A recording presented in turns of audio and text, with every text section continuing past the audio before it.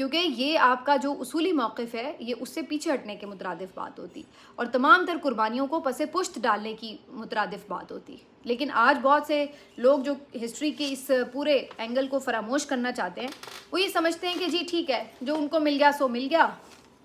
اور ہم بھی اپنے ساتھ ان کو زبردستی الحاق کر کے شامل کر لیں تاکہ جو گل ہم پاکستان میں اوور آل کھلا رہے ہیں وہی ہم کشمیر میں بھی اسی طرح سے کھلا سکیں اور کوئی ہمیں پوچھنے بتانے والا نہ ہو. تو بس یہ کچھ اسی طرح کی خواہشات ہیں ان کی. بہرحال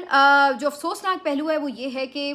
قافلے آپ کو پتہ ہے وہاں پہ چل رہے ہیں, پہنچ رہے ہیں, راولا کوٹ کے ارد گرد موجود ہیں, مظفر آباد کی طرف انہیں بڑھنا ہے. لیکن کل تک جب یہ مذاکرات کی خبریں آئی تھی تو اس سے کچھ امید پیدا ہوئی تھی کہ شاید صورتحال میں کوئی بہتری آئے. لیکن صبح فجر کے وقت دوبارہ سے یہ اطلاعات آئی ہیں کہ کوٹلی شہر میں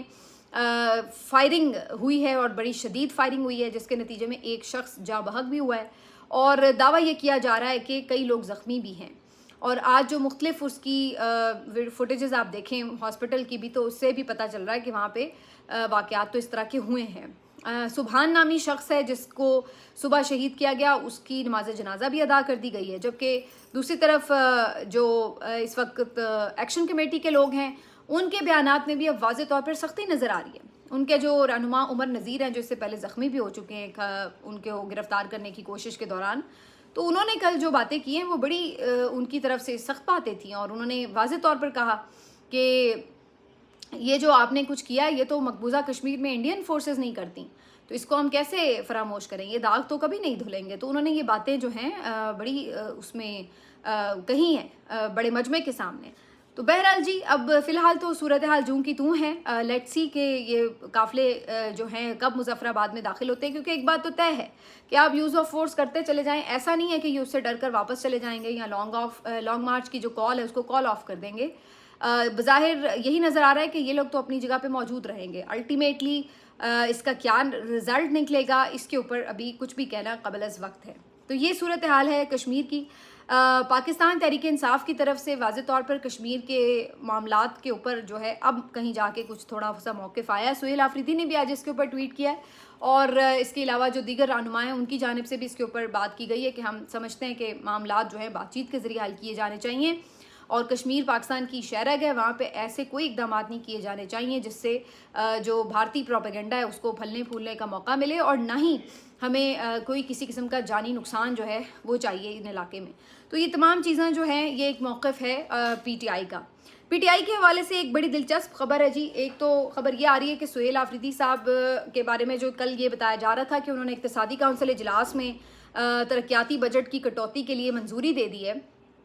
اس کے اوپر کل مزمل اسلم صاحب کا یہ سٹیٹمنٹ آیا کہ جناب ایسی ہم نے کوئی منظوری نہیں دی ہے. یہ ہمیں بتایا گیا کہ جی یہ جو کٹوتیاں ہیں مختلف صوبوں کے حصوں میں آ رہی ہیں اور تجویز ہے, اور ہم نے ان سے یہی بات کہی کہ جناب ہم عمران خان صاحب سے ملاقات کریں گے اور ان کی مشاورت اور آمادگی کے ساتھ ہی اس کے اوپر ہم کوئی فیصلہ کر سکیں گے. تو انہوں نے کہا کہ ابھی ہم نے کوئی انہیں حامی نہیں بھری ہے اور ہم نے یہ شرط رکھی ہے کہ عمران خان سے ملاقات کروائی جائے. اچھا, اس خبر کے بعد بہت سے لوگوں کا یہ خیال ہے کہ بے شک وہ یہ کہہ ضرور رہے ہیں لیکن الٹیمیٹلی ملاقات ہو یا نہ ہو خیبر پختونخوا حکومت یہ مان جائے گی اور یہ تقریباً مانے ہوئے ہی ہیں. صرف یہ فیس سیونگ کے لیے یہ باتیں کر رہے ہیں کہ جی ہماری عمران خان سے ملاقات ہو جائے, ہم نے تو شرط رکھی ہے وغیرہ وغیرہ. لیکن ادروائز آپ یہ دیکھیں کہ سہیل آفریدی صاحب جو بھی اپنے دے رہے ہیں الٹیمیٹمز یا کوئی اعلان کرتے ہیں احتجاج وغیرہ کے, تو اس کو وہ فالو بھی نہیں اس طرح کر رہے. پہلے بھی انہوں نے لاہور آنے کا اعلان کیا تھا, اسٹریٹ موومنٹ کو آگے بڑھانے کا اعلان کیا تھا, وہ بھی آپ نے دیکھا نہیں ہو سکی. پھر رہائی فورس کی رجسٹریشن وغیرہ کی بات ہی نہیں ہو سکی. عید گزر گئی, چھوٹی عید گزر گئی, بڑی عید بھی گزر گئی, اب محرم آنے والا ہے, پھر محرم بھی گزر جائے گا. لیکن کوئی ایسی ٹیکنیک وہ یوز نہیں کر سکے جس سے کوئی پریشر بڑھا سکتے وہ. بلکہ آج تو حیرت انگیز طور پر جو اورنگزیب صاحب ہیں وزیر خزانہ, انہوں نے اسپیسیفکلی جب اقتصادی سروے پیش کیا تو بہت زیادہ تعریف کی اور شکریہ ادا کیا خیبر پختونخوا حکومت کا. انہوں نے کہا جی پچھلے 2.5 سال سے جس طرح خیبر پختونخوا حکومت ہمارے ساتھ تعاون کر رہی ہے کیا ہی کہہ رہے ہیں, انہوں نے بڑا شکریہ ادا کیا. اب آپ اس سے اندازہ لگا لیجئے کہ جو وفاقی حکومت ہے وہ کتنی مطمئن ہے کہ چاہے پہلے وزیر اعلیٰ علی امین گنڈا پور صاحب کا دور تھا یا وزیر اعلیٰ سہیل آفریدی کا دور ہے, دونوں صورتوں میں وفاق کے ساتھ تعاون بہرحال جاری رہا ہے. لیکن اب سوال یہاں پر یہ ہے, تعاون کرنا بری بات نہیں ہے, تعاون ضرور آپ کریں اور اچھی بات ہے اگر تعاون ہو رہا ہے لیکن سوال یہ کہ بدلے میں آپ کو کیا مل رہا ہے، کیونکہ آپ تو نہ تو اپنی پارٹی کے لیے، اپنے لیڈر کے لیے کوئی کسی قسم کی ایسی نرمی لا سکے موقف میں حکومت کے، نہ ان کے لیے کوئی ریلیف لے سکے، بلکہ اور تو اور جو تعاون آپ معاملات چلانے، ملک چلانے کے لیے وفاق کے ساتھ کر رہے ہیں، وفاق نے تو آپ کے ساتھ وہ تعاون بھی نہیں کیا بقول آپ کے، کیونکہ آپ ہی ہمیں بتاتے رہے ہیں کہ جی ہمارا NFC کا پیسہ نہیں دیا جا رہا، ہمارے ڈیوز جو ضم علاقوں کے تھے وہ نہیں دیے جا رہے، ہماری گیس بند ہے، ہماری بجلی بند ہے، ہمارا گندم بند ہے، آپریشن ہو رہے ہیں، تو آپ کی تو وہ کوئی بات نہیں سن رہے، لیکن جواب میں آپ کی تعریفیں بہت ہو رہی ہیں کہ آپ ان کی ہر بات سن رہے ہیں، تو اس بات کو آپ کیسے جسٹیفائی کریں گے؟ بہت سے لوگ یہ بھی آج بات کر رہے ہیں کہ سہیل آفریدی صاحب جو ہیں ان کی ایک ملاقات شاید عمران خان صاحب سے متوقع ہے، کچھ لوگ تو یہ کہہ رہے ہیں آج ہی کے روز ہو سکتی ہے، کچھ لوگ کہہ رہے ہیں کہ شاید ایک آدھ دن میں ہو جائے، لیکن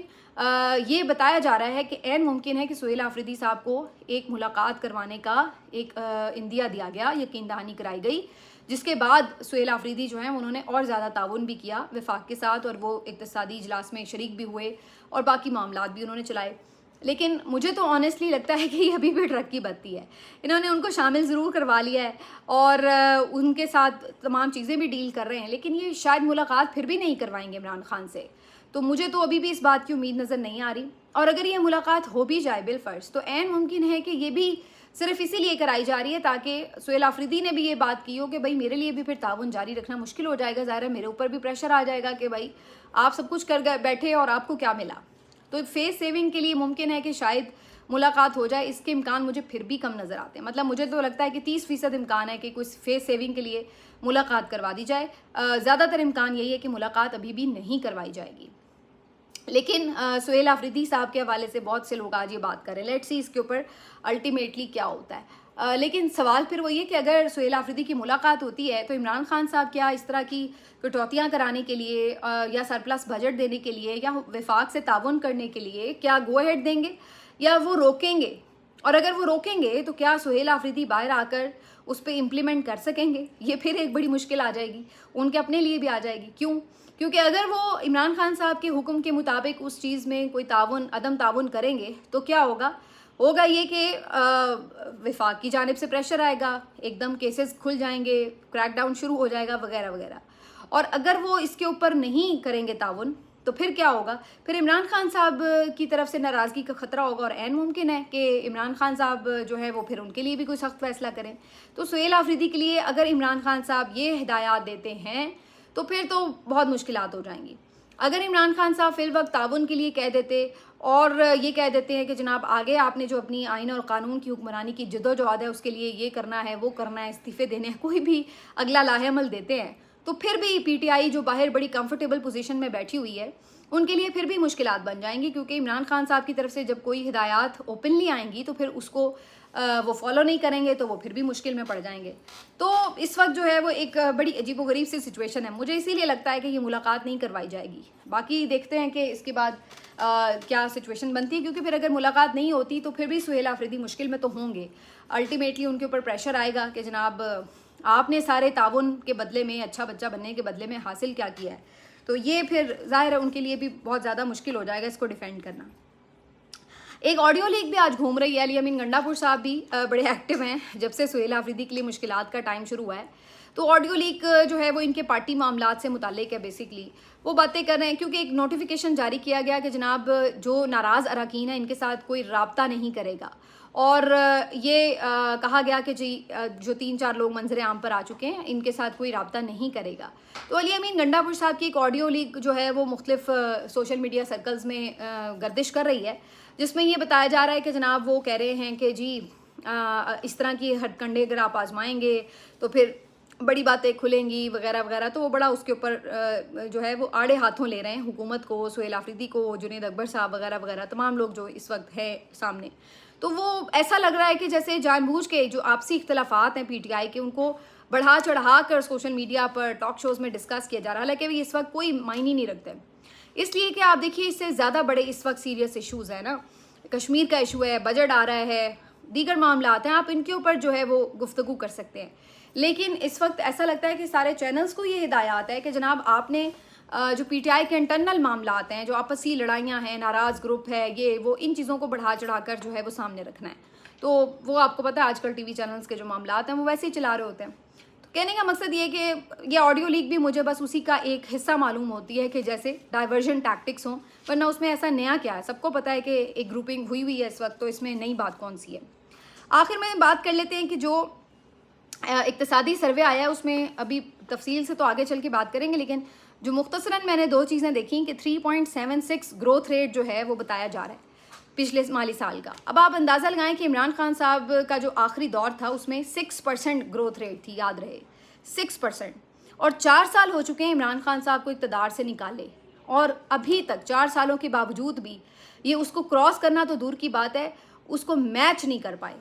2023 میں مائنس میں تھی گروتھ، اور اس کے بعد انہوں نے 24-25 میں کچھ 2% کے اراؤنڈ جو ہے وہ گروتھ شو کی تھی. اب یہ 3.7 کا فگر دے رہے ہیں، جس میں بہت سے لوگوں کا خیال یہ کہ اس میں بھی یہ کوئی فوجری کر رہے ہیں. لیکن سوال یہ ہے کہ اگر یہ ہم صحیح بھی مان لیں کہ چلیں جی اقتصادی شماریات کا یہ ہوتے ہیں فگرز، تو تب بھی 3.7 صرف آپ کی گروتھ ریٹ ہے، یعنی 4% پہ بھی آپ نہیں ہیں. جبکہ دوسری طرف آپ باقی تمام چیزوں میں دیکھیں تو ان امپلائمنٹ کہاں چلی گئی ہے. ابھی انہی کے اپنے فگرز کے مطابق 6.3% پچھلے سال ان امپلائمنٹ ریٹ تھا، جو 7.1% پہ چلا گیا. یعنی 7% جو لوگ ہیں وہ ہر سال تیزی سے بے روزگار ہو رہے ہیں. اگر وہ پچھلے سال 6.3% تھا ریٹ اس کا، تو اب 7.1% ہے. تو اتنی تیزی سے یہ ریٹ بڑھتا جا رہا ہے، تو آپ اندازہ لگائیں کہ آدھی آبادی اگر آپ کی بے روزگار بیٹھی ہے تو ملک چلے گا کیسے. تو یہ جو صورتحال ہے یہ بہت ہی خوفناک ہے. اور اقتصادی پالیسیاں تو مجھے آپ کو بتانے کی ضرورت نہیں، نمبر سامنے رکھنے کی ضرورت نہیں. جو اس وقت ہر بندہ اس مشکل حالات سے نبرد آزما ہے، جو بجلی کا بل دے رہا ہے، جو گھر چلا رہا ہے، جو کرایہ دے رہا ہے، جو کچن چلا رہا ہے، جو بچوں کی فیسیں دے رہا ہے، جو ہر طرح کی اخراجات کر رہا ہے، پیٹرول ڈلوا رہا ہے گاڑی میں، ہر ایک کو پتہ ہے کہ اس کے اوپر کیا بیت رہی ہے اور اکنامک کنڈیشن کیسی ہے. تو وہ آپ اعداد و شمار سے جو مرضی ثابت کرنے کی کوشش کریں، سوال یہ ہے کہ اگر آپ اس ملک میں رہتے ہوئے گھر چلا رہے ہیں تو آپ کو خود اچھے سے اندازہ ہے کہ آپ کی اکنامک کنڈیشن کیا ہے اس وقت. تو بہرحال یہ دعوے تو ہوتے رہتے ہیں جی ہم نے بڑی بہتری کر دی، لیکن یہاں پہ صورتحال ہے کہ 4 سال بعد بھی آپ عمران خان کی جو گروتھ ریٹ ہے اس کو میچ نہیں کر سکے. ملتے ہیں آپ سے اگلے ویلاگ میں، اپنا خیال رکھیے، اللہ حافظ.